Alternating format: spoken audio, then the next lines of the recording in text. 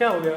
Actually मैंने तुमसे एक बनवाई नहीं थी फॉर्म्स के थ्रू एक वेबसाइट टाइप की चीज़ हाँ, वो चलने लगी। लेकिन अब क्या होता है बढ़िया कि है, मेरे बढ़िया। पास मेल्स इतनी सारी आ जाती हैं कि सबका रिवर्ट करना, देखना, वॉच करना, ये थोड़ा सा मेरे लिए टफ हो जा रहा है। और तुमको एक चीज़ दिखाता हूँ यहाँ क्या? पे। ये देखो, ज़ैपियर।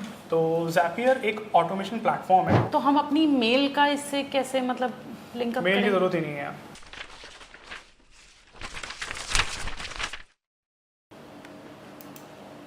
ये पल्लवी, देखना। क्या हुआ? अरे देखो तो। यार एक मिनट, बहुत सारी मेल्स आई हैं, थोड़ा सा मुझे उनको क्या हो गया?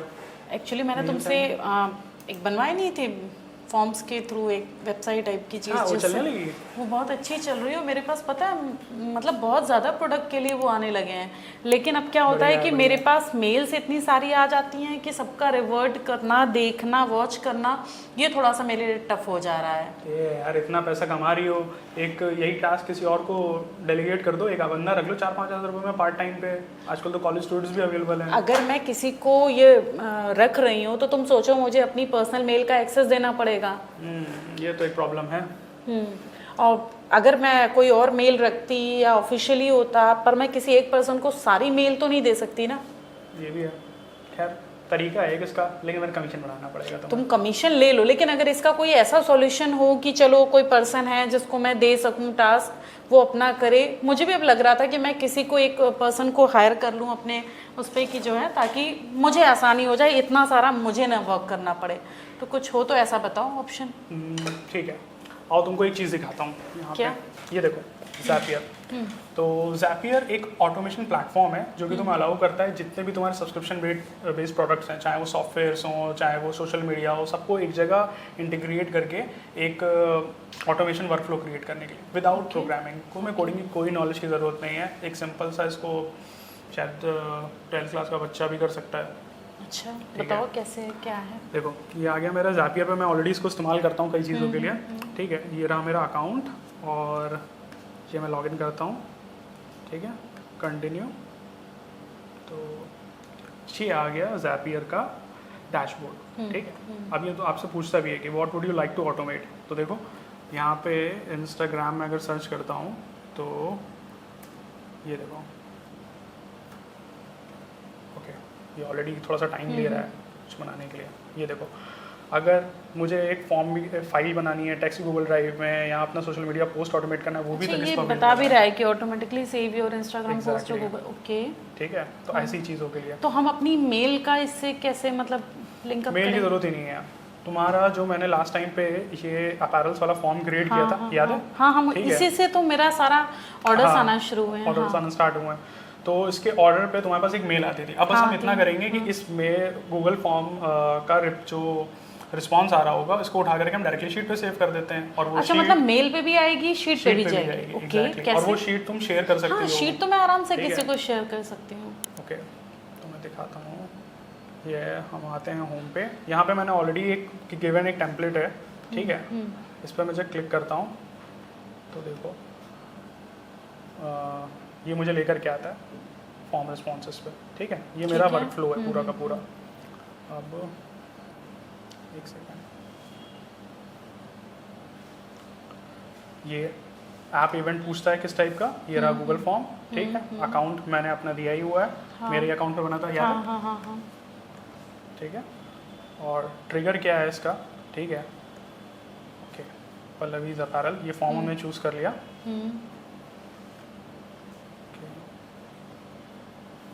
एक सेकेंड, ये फॉर्म हमने चूज़ कर लिया।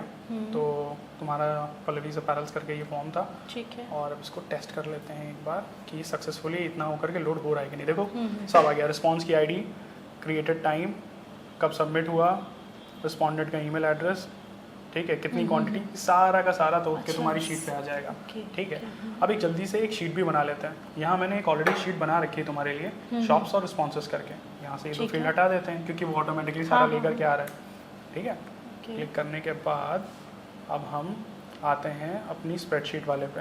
ठीक है, ठीक है। ऐप इवेंट पे क्रिएट स्प्रेडशीट रो, एक नई रो ऐड कर देगा सारा का सारा डेटा के साथ। अकाउंट में यहाँ पे मैंने अपना अकाउंट सेलेक्ट कर लिया है। ठीक है, एक्शन, ठीक है, स्प्रेडशीट, यहाँ से हमको स्प्रेडशीट चूज़ करनी होगी अपनी, ठीक है। ठीक है, ये देखो ये वो वाली स्प्रेडशीट है हमारी शॉप रिस्पॉन्सेज वाली, सिलेक्ट कर लिया। वर्कशीट भी रिक्वायर्ड है, तो हम अपनी वर्कशीट का नाम, वर्कशीट बेसिकली ये है तुम्हारी यहाँ पे शीट 1, ठीक। और ये देखो आ गया option, okay, continue. We didn't see any headers in selected spreadsheet and worksheet. If so, just refresh this page, pull down the new data. अच्छा, ये मुझसे कह रहा है कि अगर तुमने पहले से हेडर्स ऐड करे हैं तो इस पेज को रिफ्रेश कर दो तो वो ऑलरेडी लेकर के आ जाएगा, बट हम ऐसा नहीं चाहते हैं। वो हम चाहते हैं कि गूगल में के फॉर्म में जो रिस्पॉन्सेज आ रहे हैं वही यूज़ कर लेंगे, ठीक है। हम करते हैं कंटिन्यू, ठीक है।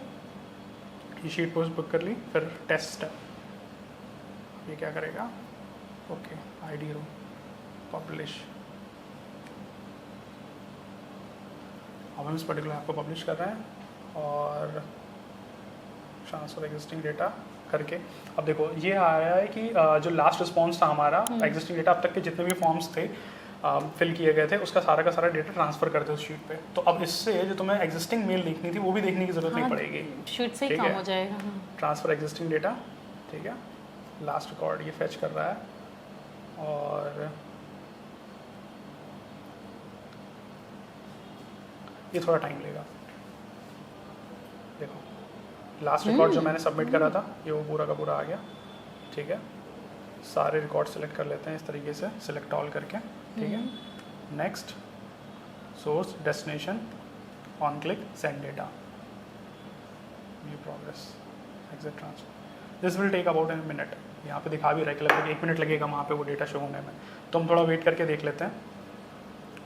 एग्जिट ट्रांसफर, और ये ऑटोमेटिकली जब भी तुम्हारा कोई गूगल फॉर्म फिल हो रहा होगा ना, ठीक है, उसको उठा करके ये रिस्पॉन्स पे वहाँ पे ऑटोमेटिकली सेंड कर देगा। अब हम यहाँ पे स्प्रेडशीट को एक बार रिफ्रेश करके देख लेते हैं, ठीक है। ये थोड़ा सा टाइम लेगा, तो अब तक ये डेटा आ जाना चाहिए हमारी शीट पे। और ये देखिए, हाँ यार, सारा का सारा डेटा आ गया। मतलब हम जितने हमारे फॉर्म्स होंगे जो भी उनका जितना भी रिस्पॉन्सेस था सब इसी शीट पे आता गया है। देखिए टाइम स्टैम्प, ईमेल एड्रेस, ठीक है, कितनी क्वांटिटी, ठीक है। और वो जो हमने एक कॉम्बिनेशन बनाया था क्वांटिटी एंड प्राइसेस का 650 XSL, ठीक, उसके हिसाब से address, demo address, mobile number और मतलब पूरा मेरा गूगल फॉर्म का डेटा इस पे शीट पे आ जाएगा। एग्जैक्टली, ये सही है, इससे मैं किसी को शेयर कर सकती हूँ तो मेरा पर्सनल इन्फॉर्मेशन उसके पास नहीं जाएगी। ये मैं आगे ट्राई करूँगी, इसमें फिर तुम्हारा पर्सन बनेगा। श्योर, ठीक है, थैंक यू। तो आज हमने देखा कि हम कैसे अपनी पूरी शॉप को ऑटोमेट करते जाते हैं मिनिमल वर्कफ्लो के साथ, और ये सिर्फ कुछ ही मिनट्स लेता है। आने वाले टाइम में भी मैं ऐसे ज़ैपियर के अमेजिंग ऑटोमेशन सिस्टम्स आपको इंट्रोड्यूस करूँगा, जिससे आप धीरे धीरे मार्केटिंग कैंपेन से लेकर के और बाकी चीज़ें भी कर सकते हैं। तो ऐसे ही कूल टिप्स और ट्रिक्स के लिए देखते रहिए द लेज़ी कोडर शो और सब्सक्राइब करें बेसिक फंडे क्लियर को।